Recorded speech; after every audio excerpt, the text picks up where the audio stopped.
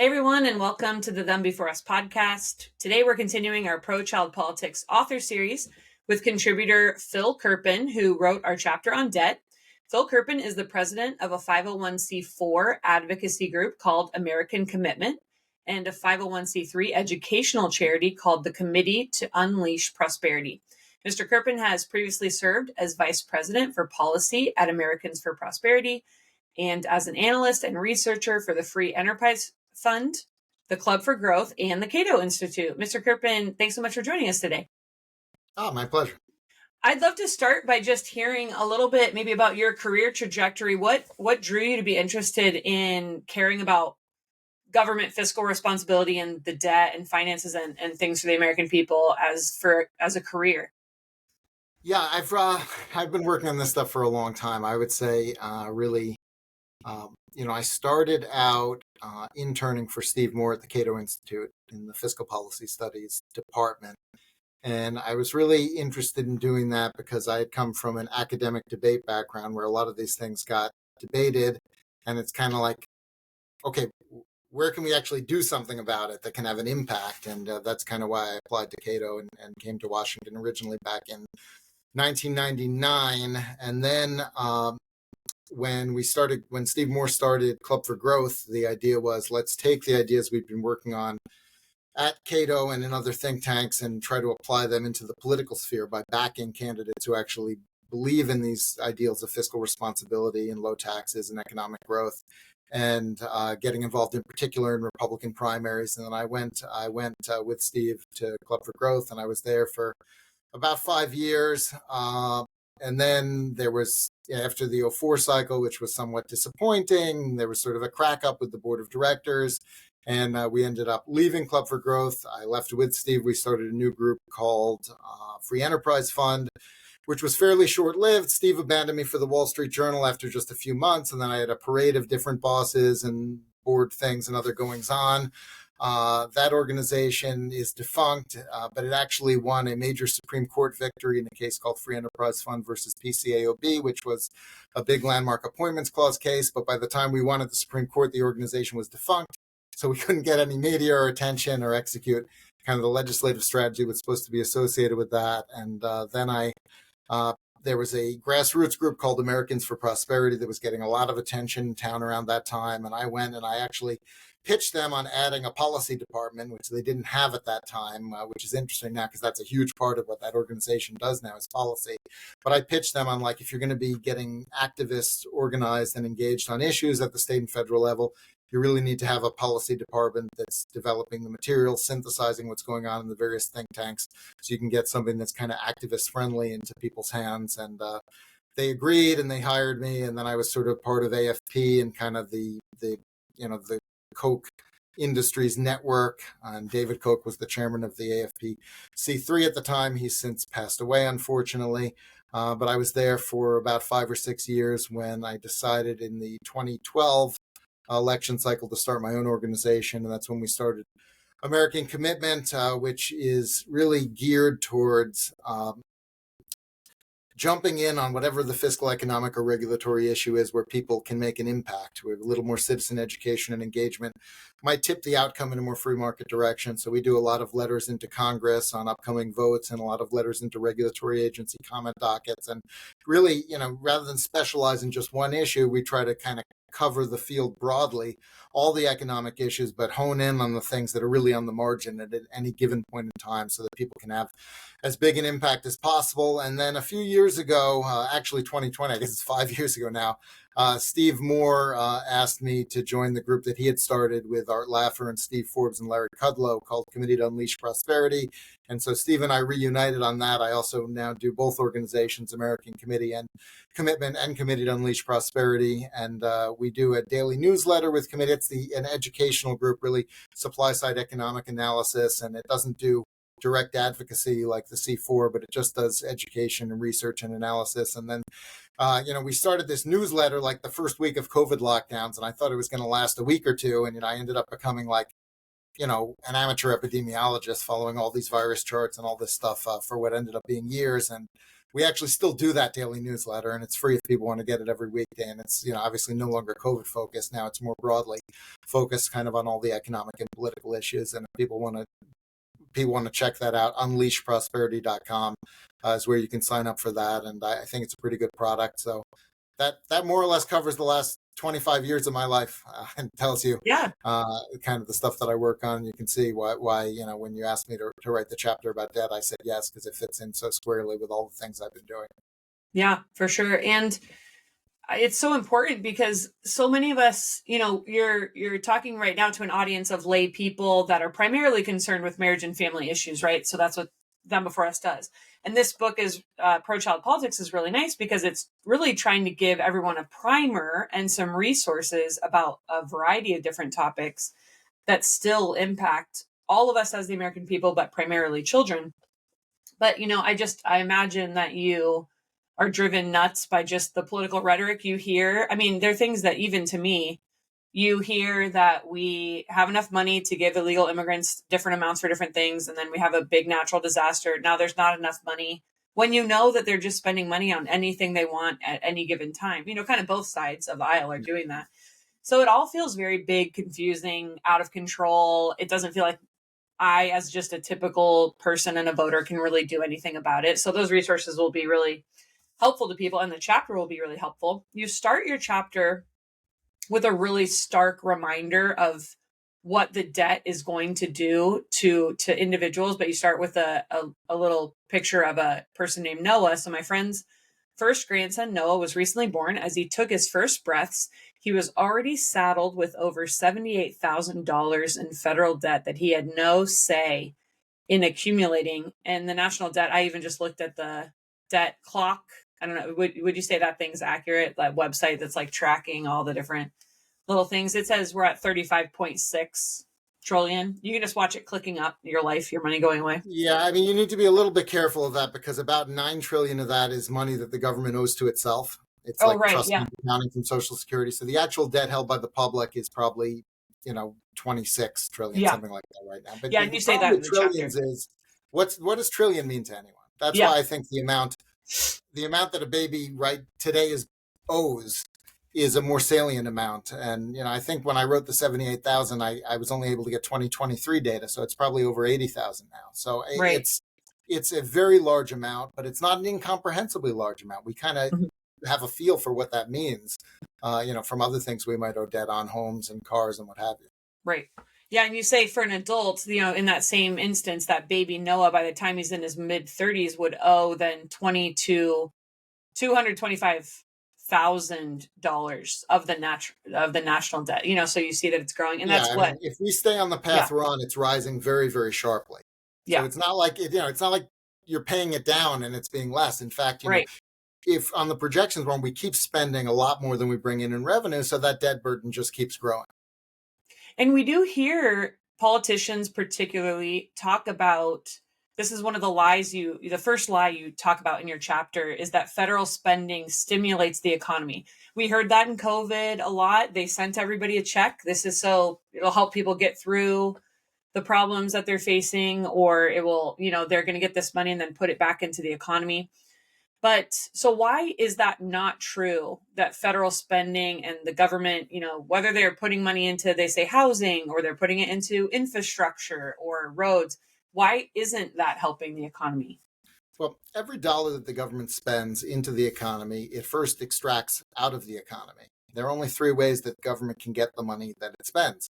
It can raise it from taxes, it can borrow it through selling bonds, or it can print the money by having the Federal Reserve buy the bonds and, create the money by pressing click, and then it gets spent by the federal government. So the government spending can't make us richer because every single way the government gets the money to spend makes us poorer. And if government spends money less efficiently than individuals do, who know their own wants and needs and so forth, and I believe it almost always does, then government spending doesn't just not make us richer, but it makes us poorer because it displaces private decisions and more efficient resource allocation with politicized decisions and less efficient resource allocation. So government stimulus is a myth because it's essentially single entry bookkeeping. If you only look at the effect of the government spending, then you can find positive effects. But if you look at the other half of the equation, which is where does the money come from, then it at least negates those effects, and it may actually make things even worse. This is a little bit of a tax question, but that's sort of the frustration when people say, well, and that goes down to another lie that you highlight. We can solve our fiscal problems by taxing the rich. We get a lot of the rich need to pay their fair share, but that's sort of inverting the reality. It's not that the government is owed X amount of dollars and everyone should be a good citizen and pay what they owe the government. It's that the government is creating different reasons they want to take, like you're saying, they want to spend money, and the only way they can is by taking it from other people to begin with. And there are some things that we need and want the government to do. I can't pay for my own security and private jets and things to protect me if a country was to invade. The government is supposed to help protect us with the military or pay for our roads and things like that. And libraries and things. Okay, these are good things. But then there's a lot of things the government does. This is another lie you talk about too. Federal spending is an investment in our future. Well, it's only an investment if they're making wise choices that are giving us a return, right? So if you talk a little bit about either of those, if you'd like to, but why taxing the rich isn't going to solve our problems. Well, first of all, the revenues where they are right now and where they're projected to be are about in line with historical norms. They're about 18% of the economy. And one of the interesting things when you look at the historical record in terms of revenues is we've had tax rates on the rich as high as 95%, and we've had them as high as 70% in the 1980s before the Reagan tax cuts. Now the top federal rate, I believe, is 37%. And even when you have this huge variation, it goes up to 95%, it came down to 33, now it's up to 37. Revenues just don't move that much. It's not like when you're at 95%, you brought in massively more revenue as a percent of the economy than when you're down at 37%. What happens when you have very high tax rates is the rich invest a lot of their time and efforts and resources into avoiding those taxes, either through avoidance strategies or even illegal evasion tactics, or just reducing their effort, not producing as much so that they don't have as much to be taxed. And so the economic harms and the waste that comes from all of those avoidance activities means that you can't really extract a massive amount of revenue from the rich. Even if you try to, you end up doing an awful lot of harm and not really collecting that much more in revenue. And so that's the main reason that you can't solve the problem. And even if you could confiscate every dollar that the rich have, the magnitude of the debt that we have is such that it would make a pretty limited dent in the overall outlook. You would still need spending restraint to really make much of a difference in terms of the debt outlook. If you wanted to have a permanently larger government and you wanted to finance it and not accumulate debt, you would have to have broad-based new taxes, which is what Europe has done. They have national sales taxes in the form of value-added taxes, and they have much, much higher taxes on middle income and lower income people than we have in the United States. The irony of the Democrat obsession with taxing the rich and fair share is we have the most progressive tax system in the world. Nobody has more of a difference in terms of the rich paying much more than middle and lower income people than the United States does. Certainly Europe does not. And so we've had all of these rounds of tax cuts where we take more and more lower and middle income people off the tax rolls completely. And even when Republicans are in charge, they're so scared of being accused of tax cuts for the rich that they tend to tilt their tax bills away from the benefits going to the rich. And then they get accused of being for the rich anyway. So the Trump tax cuts actually made the tax code much more progressive than it was before, because the supersized standard deduction means that most of the benefit went to people on the middle and lower income end of things. But they still got accused of it anyway. And they said, oh, it's tax cuts for the rich. And so this idea that you can just tax the rich, I think ignores where we are right now in terms of having a very progressive system. That ignores the negative economic and growth effects. It ignores the evasion and avoidance behavior that goes on. And more to the point, it ignores that the problem is on the spending side. It's not on the revenue side. We have kind of normal revenues in historical terms right now.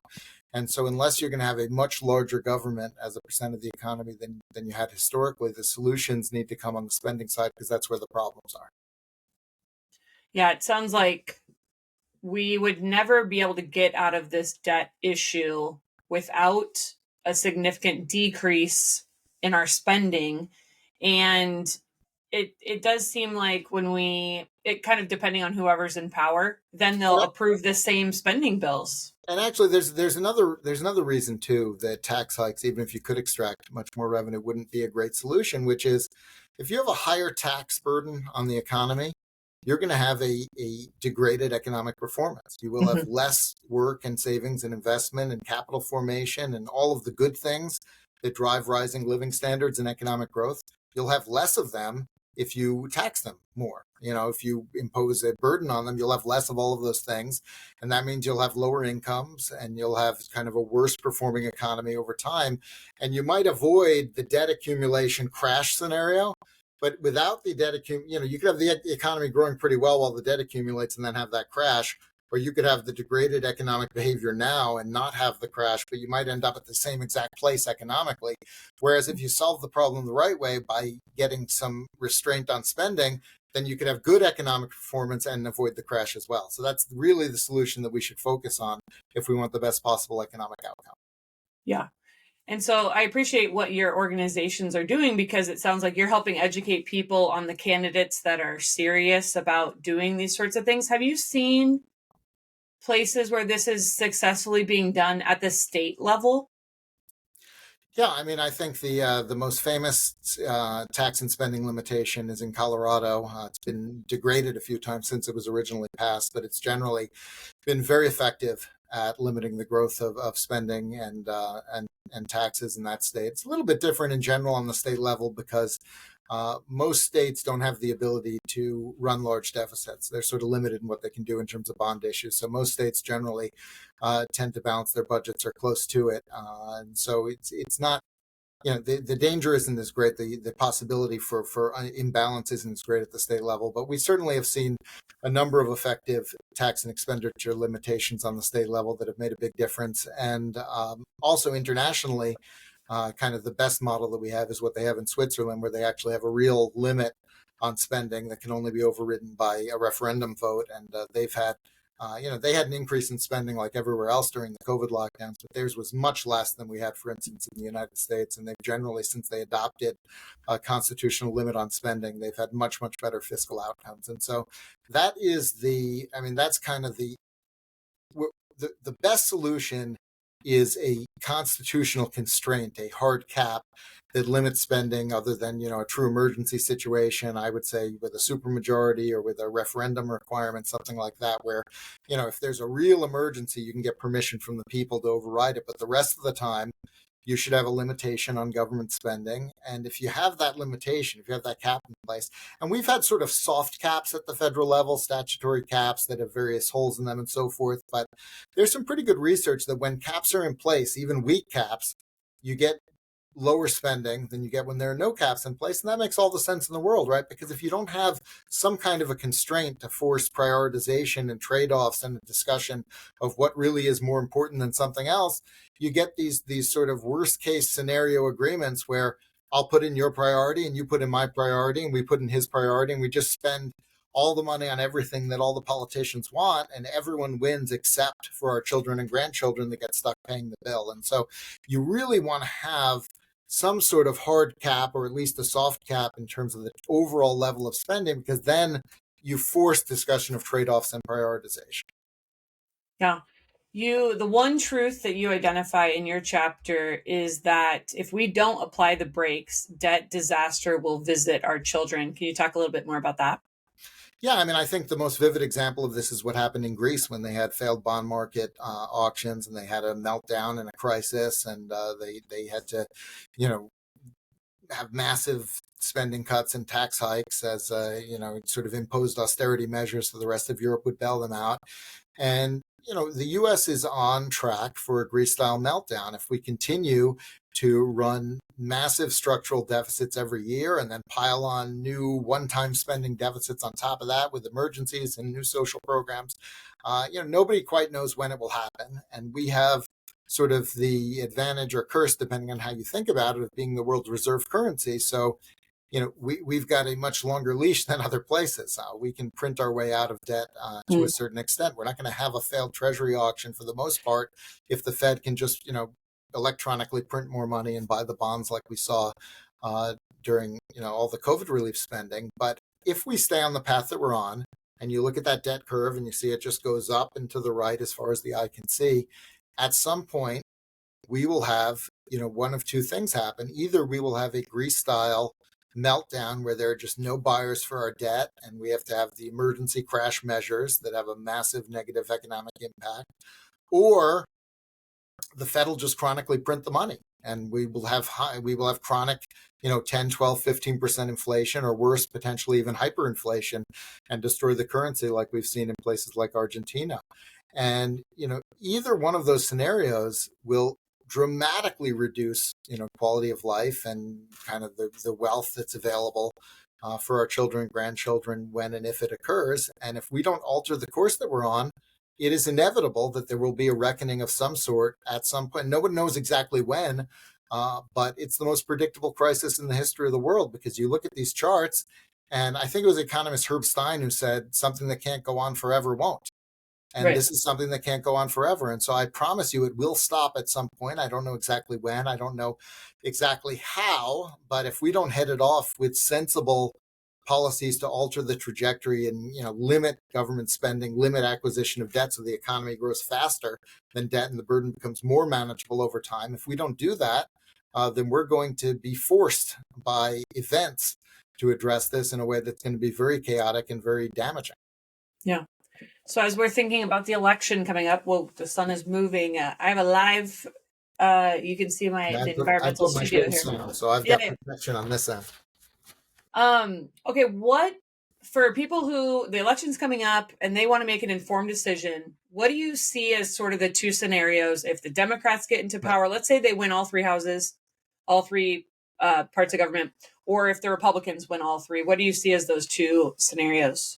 Well, there are three. I would just add there are three scenarios. The third one is we continue to have divided government. Yeah. And we've actually done pretty well with divided government historically, and even for the last couple of years. I would say the reason inflation went from 9% to 2.5% is we elected a Republican House that said no to a lot of the Biden-Harris spending proposals. And so they haven't really cut anything, but they stopped throwing, new $1 trillion bills on the pile like was happening when Democrats controlled everything. And so that sort of allowed that bulge to be digested, and things kind of got back to a normal trajectory. Now, the normal trajectory is not great for all the reasons we've been talking about, but it's much better than piling fuel on the fire, which is what was happening when you had undivided Democratic control. So we could continue to have kind of the gridlock type scenario where we add,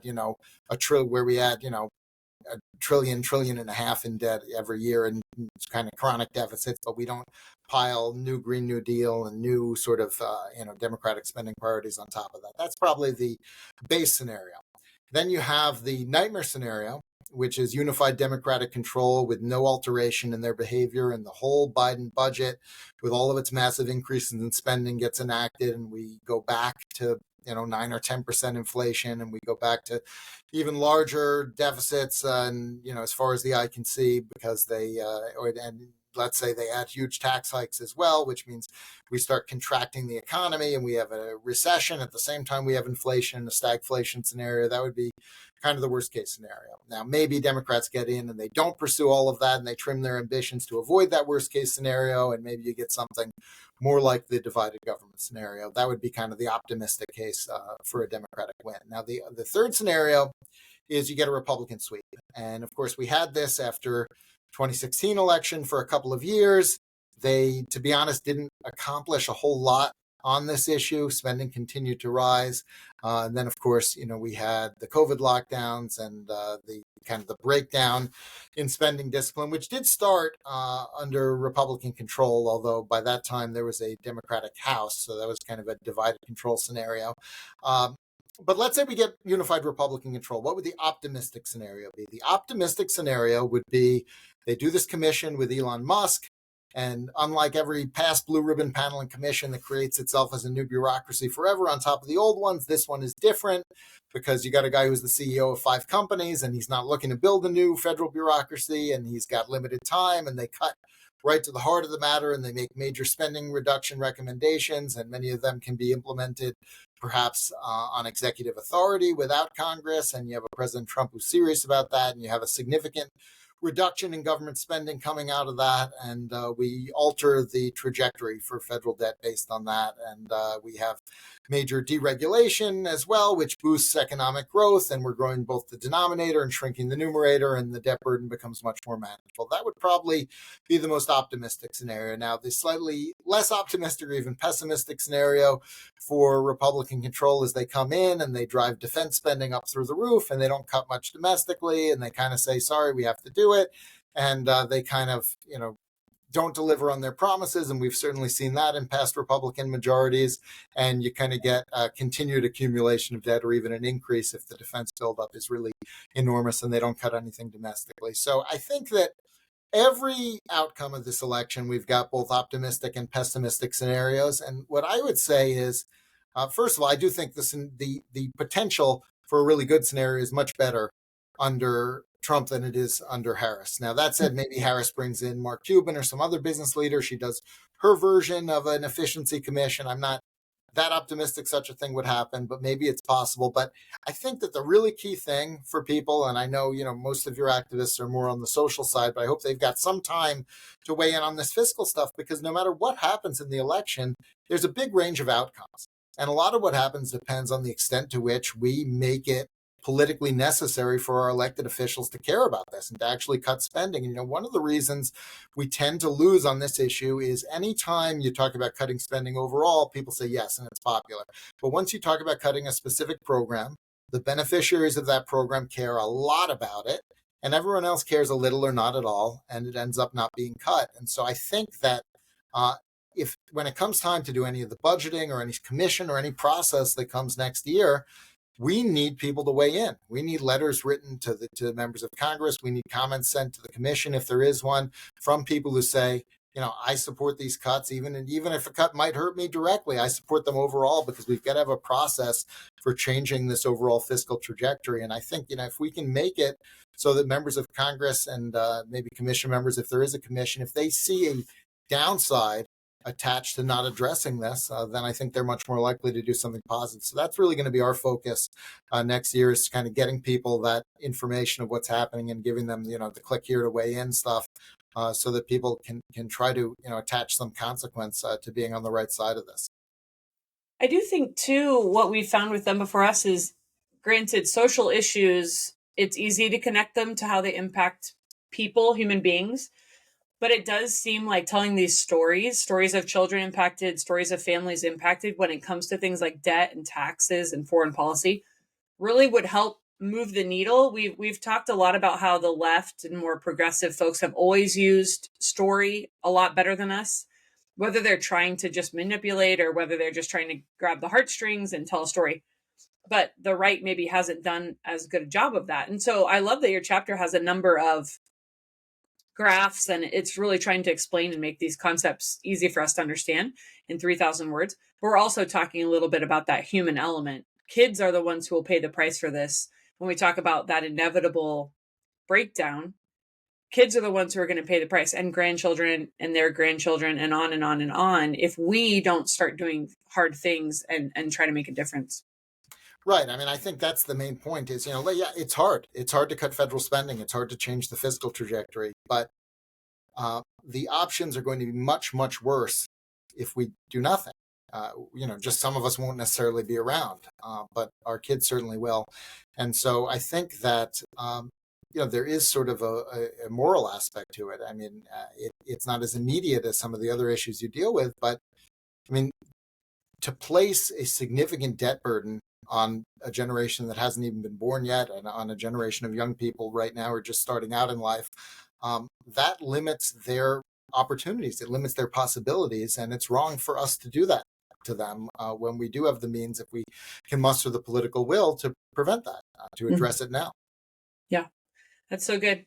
Phil, thank you so much for your chapter, for all your work. We're going to make sure that all of your links to your website and social media are in our notes so people can find you. Thank you so much for joining us today. Oh, my pleasure.